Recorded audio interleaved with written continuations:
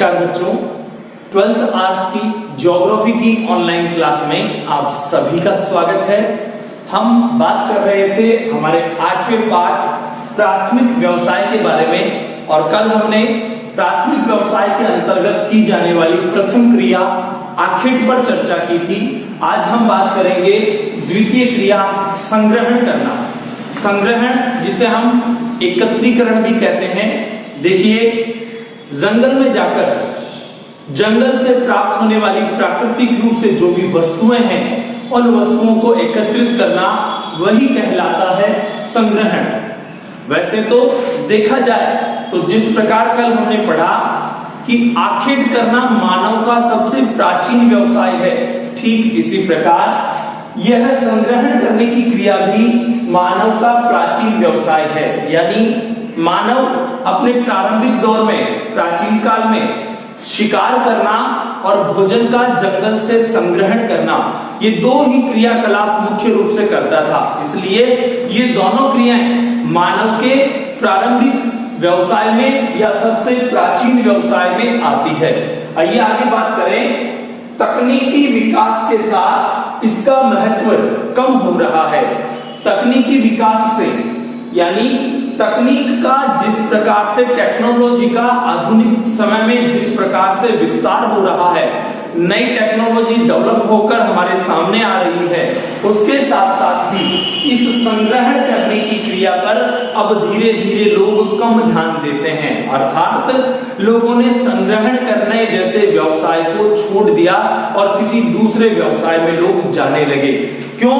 क्योंकि तकनीक का विकास होने लगा। जो लोग जंगल में जाकर बड़ी कठिनता के साथ पूरा दिन भर लगाकर सामान एकत्रित करके लाते थे, उस सामान की व्यवस्था अब वो आसानी से अपने घर पर बैठकर कर सकते हैं, कई प्रकार की टेक्नोलॉजी का प्रयोग करते हुए। इस वजह से उन्हें अब संग्रहण करने के लिए वनों में जाने की आवश्यकता नहीं होती और इसलिए संग्रहण करने की क्रिया धीरे धीरे कम होती जा रही है।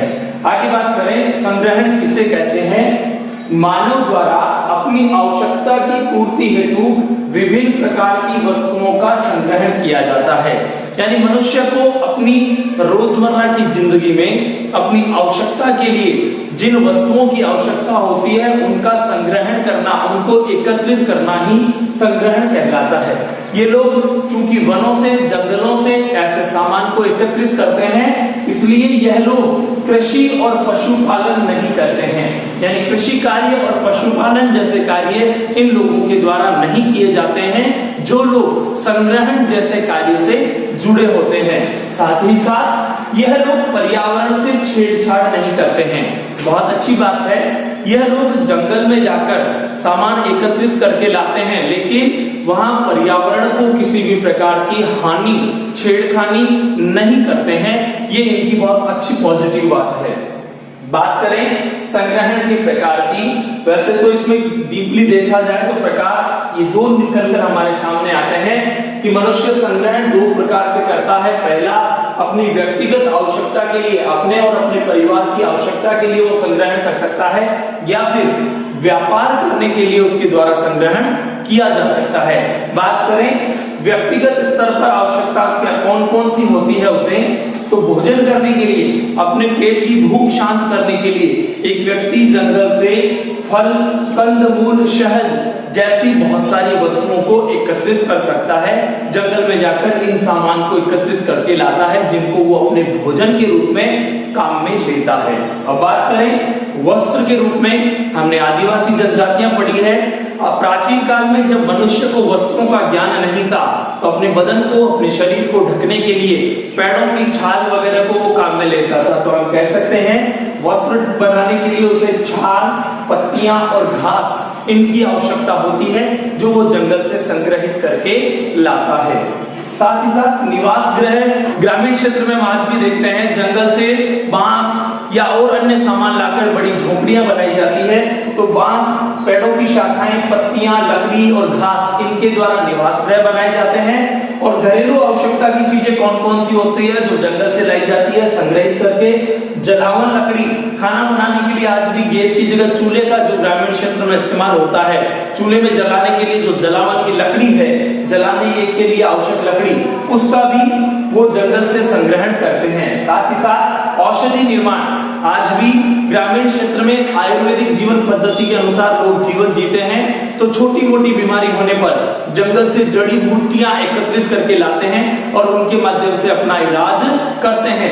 तो ये व्यक्तिगत आवश्यकता की वस्तुएं हुई जो जंगल से संग्रहित करके व्यक्ति लाते हैं। अब बात करें व्यापार के लिए कौन कौन सी वस्तुएं हो सकती है? जड़, तना, पत्ती, छाल, फल, फूल आदि को संशोधित कर बाजार में बेचना। जंगल से फल, तना, जड़, छाल, फूल, इनको एकत्रित करके, इनको संशोधित करके फिर इनको व्यापार के लिए प्रयोग में लिया जाता है। देखिए क्या क्या हो सकता है, जैसे मान लीजिए फूल इकट्ठे किए, उनको सुखाकर उनसे गुलाल बनाई गई, उनसे इत्र तैयार किया गया और वो बाजार में बेचा गया। तो इस प्रकार की क्रियाएं व्यापार करने के लिए जंगल से इन सामानों का एकत्रीकरण किया जाता है और फिर उनको व्यापार के रूप में बेचा जाता है। छाल से कुनैन बनाना, सिल्कोना नामक पेड़ की छाल से कुनैन औषधि बनाई जाती है जो मलेरिया में काम में ली जाती है। तो ऐसी औषधियां तैयार की जाती है। साथ ही साथ पत्तियों से उपयोगी पेय पदार्थ, दवाइयां तैयार करना, विभिन्न पेड़ों की विभिन्न पत्तियों के माध्यम से अनेक सारी दवाइयां तैयार होती है। जैसे हमारे सामान्य जीवन में अडूसा एक पेड़ होता है, उससे हम खांसी की दवाई तैयार करते हैं। तो उन पत्तियों से उपयोगी पेय पदार्थ, दवाइयां आदि का निर्माण करने के लिए भी व्यापार के लिए संग्रहण किया जाता है। इनके साथ साथ रेशों से कपड़े, चटाई, बोरी, रस्सी आदि बनाई जाती है। जैसे कपास है, उससे जंगल से एकत्रित करके लाते हैं और उसके माध्यम से, जैसे जूट है, उससे भी रस्से बनाए जाते हैं, कपड़े बनाए जाते हैं, बोरियां तैयार की जाती है। ये सामग्री भी उनसे संग्रहण के माध्यम से व्यापार के लिए तैयार करते हैं। साथ ही साथ पेड़ों से गोंद एकत्रित करते हैं, उस गोंद को भी बाजार में व्यापार की दृष्टि से बेचा जाता है। तो व्यापार के लिए भी संग्रहण किया जाता है। यानी हम कह सकते हैं संग्रहण दो प्रकार का है, एक व्यक्तिगत आवश्यकता के लिए जो संग्रहण किया जाता है वो, और दूसरा व्यापार के लिए जो संग्रहण किया जाता है वो। तो बच्चों, आज की वीडियो में हमने संग्रहण के बारे में बात की, उसके अर्थ के बारे में बात की, उसके दो प्रकारों के बारे में बात की और जंगल से कौन कौन सी वस्तुओं का संग्रहण किया जाता है उनके बारे में चर्चा की। आप इन पॉइंट्स को अपनी कॉपी में लिखकर अपने नोट्स तैयार करेंगे, पढ़ते रहिए, हमारे अगले वीडियो का इंतजार कीजिए। तब तक चलते हैं, गुड बाय, धन्यवाद, जय हिंद, जय भारत।